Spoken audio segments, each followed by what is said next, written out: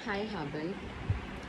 अ, तो मेरी स्टोरी ये है कि मेरा एक 11 साल का बच्चा है जो आजकल ड्राइंग सीख रहा है। ड्राइंग की क्लास उसने ज़बरदस्ती लगवाई है मुझसे।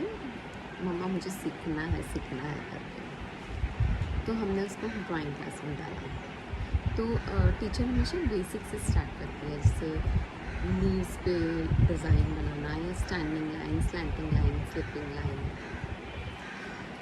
तो उससे भी वही स्टार्ट करवाया। एक हफ्ते तो बड़े अच्छे से गया, फिर बोलने लगा मुझे तो ये सबसे बोर होता है, ड्राइंग सीखनी है पर ये नहीं करना, मुझे पिक्चर्स बनाने हैं। तो हमने बोला कि ठीक है। फिर हमने टीचर से बात की कि उसे इंटरेस्ट नहीं आ रहा है तो आप थोड़ा उसको पिक्चर्स भी दे दीजिए साथ में। उन्होंने पिक्चर्स भी दिया।